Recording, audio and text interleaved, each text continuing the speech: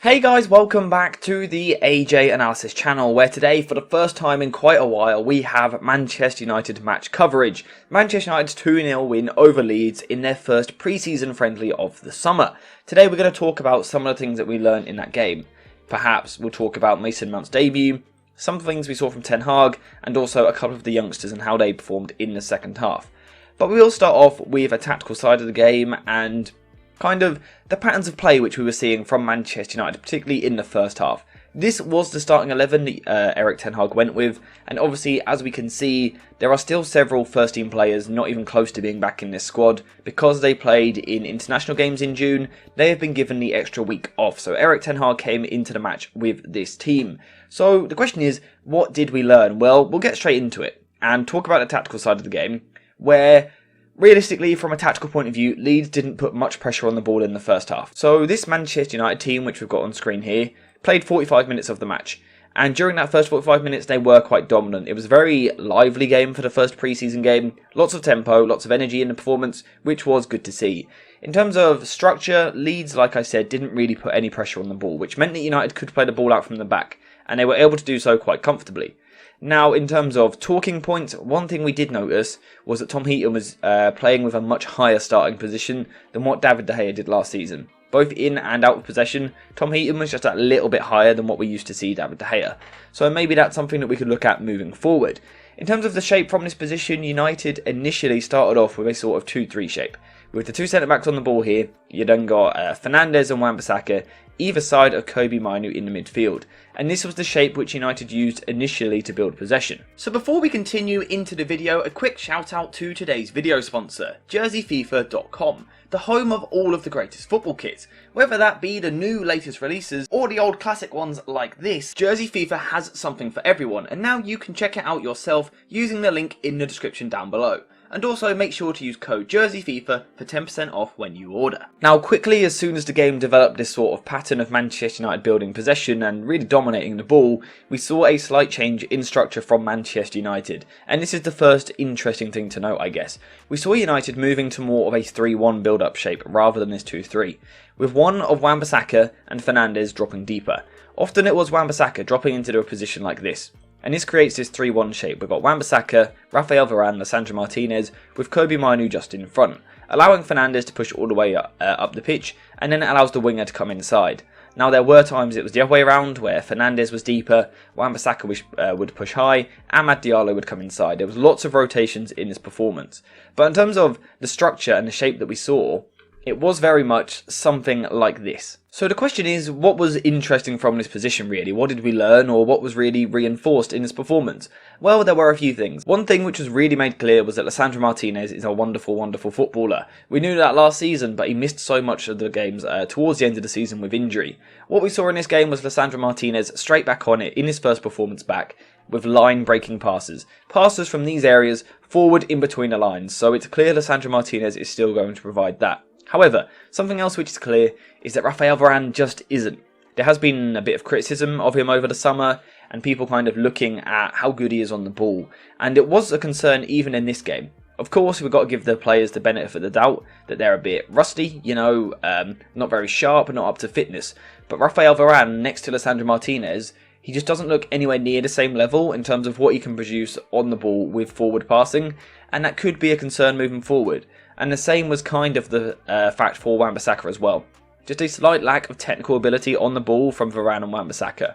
Now, one player which didn't lack technical ability was Kobbie Mainoo, who I thought was absolutely brilliant, using that really good upper body strength he's got to protect the ball. Physically, he didn't look out of place at all in his performance, played really, really well. On the ball, super, super clean, keeping possession for his side, protecting the ball well to turn out of trouble, turn out of danger, showing a little bit of press resistance here and there as well. Kobbie Mainoo is really a player to watch during this pre-season tour. I think next season, it could be the year where we finally see him breaking into the first team. So he done really well. He was kind of shuttling across into this position here. He would pick up the ball, get the ball, play it to someone else, and then he might shuttle over into this position and do the same thing. However, he wasn't alone in doing this, and he certainly wasn't alone in this area, because something else that we saw was Mason Mount regularly dropping deeper to form a 3-2 shape. Now, this wasn't something we saw all the time. This wasn't Manchester United's primary shape. but when there was a risk of Kobbie Mainoo becoming overloaded, Mason Mount dropped into this position on the left-hand side of the midfield.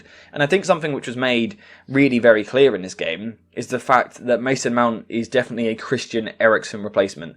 That looks like the position he's going to play. He was very much a left-sided central midfielder in this game, and that's an interesting thing to learn moving forward. In terms of his performance, I thought he played pretty well. I've seen him getting a bit of criticism online, although that's mostly from Chelsea fans, which are still crying, which is understandable. I thought Mason Mount was decent, and I thought he was important off the ball as well, which we will focus on.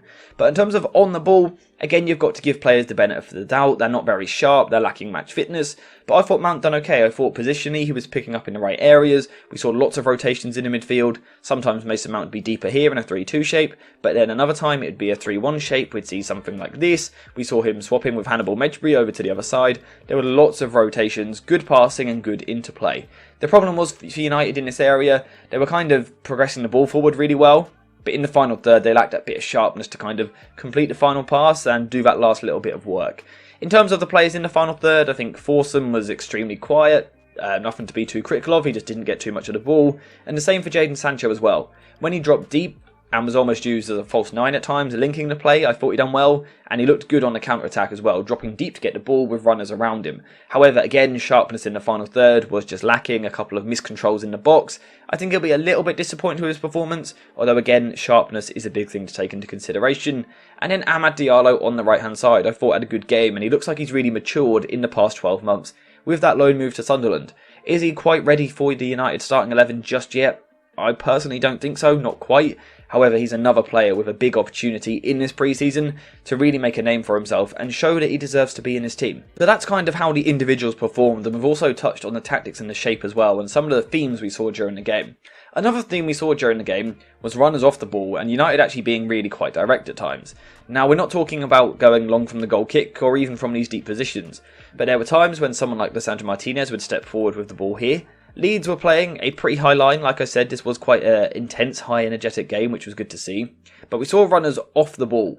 Sometimes it was Amad Diallo running into this position, sometimes it was Mason Mount running in behind here, and Mejbri also had a run as well, and so did Jadon Sancho in this area.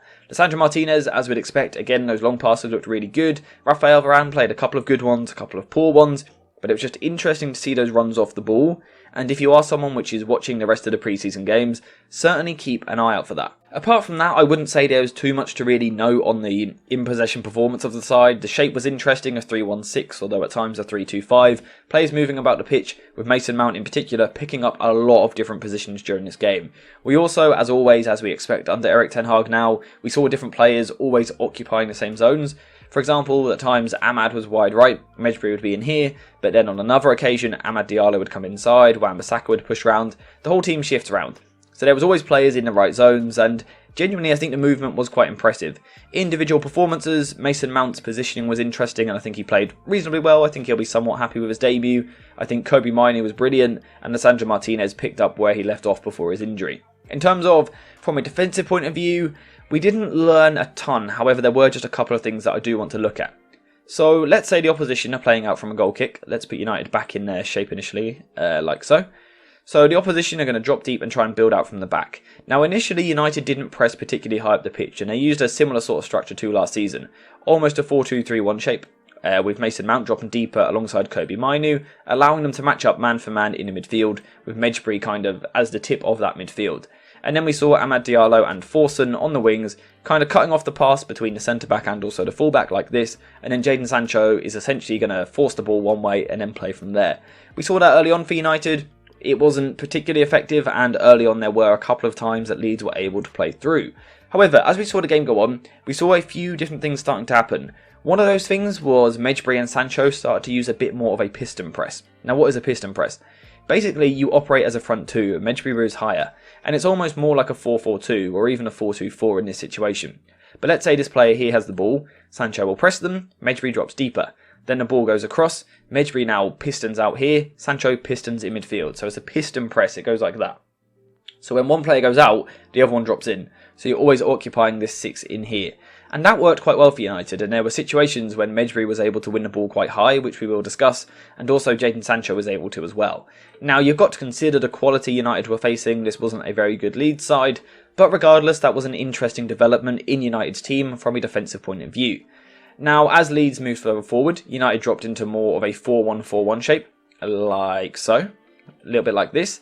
And I thought Medjbri and Mason Mount's performances from these positions defensively were really good, and those were the two that were triggering the press. Often you'll see a striker or a forward is the player that triggers the press. In this game, it did seem very much like Medjbri and Mason Mount were doing it, and I've got two really good examples of that, which we can look at using Once Video Analyzer Pro. Really good video analysis software, which you guys can check out using the link in the description down below. I really do highly recommend it. But we can see United here in a 4-1-4-1 shape, kind of giving Leeds a bit of time on the ball. However, we're going to see the pressing triggers. We're going to see this ball here goes across. It goes into midfield. Now we can see that those four players which were deeper in that bank of four, like this, they have all now pounced out and are ready to press. They're going super aggressive because the trigger has been played. The ball has gone into midfield. This ball is going to be forced backwards towards the defender. United use that as the trigger. Mason Mount is the interesting player here though, the player with the longest arrow here. He covers the most distance. And what he does halfway through running, and this still doesn't quite capture it, is he just tells Hannibal Medjbri to stay in his position, knowing that he himself has it covered. So that's intelligent pressing. He was the trigger for this press.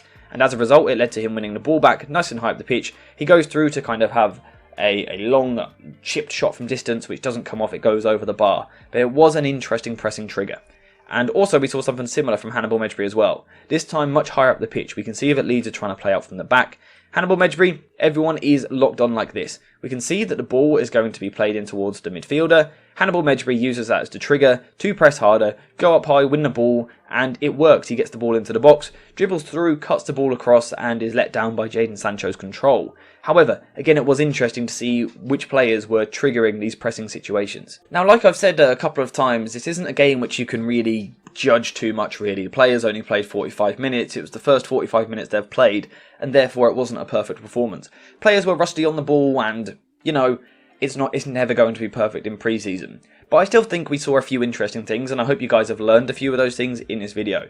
Mason Mount and Medjbri being used to trigger the press was quite interesting, and also that piston press with the front two as well. In terms of on the ball, I would say that Kobbie Mainoo was probably the player which impressed Ten Hag the most, but also some of those youngsters in the second half did play really well, so it'll be interesting to see how they develop over the rest of pre-season.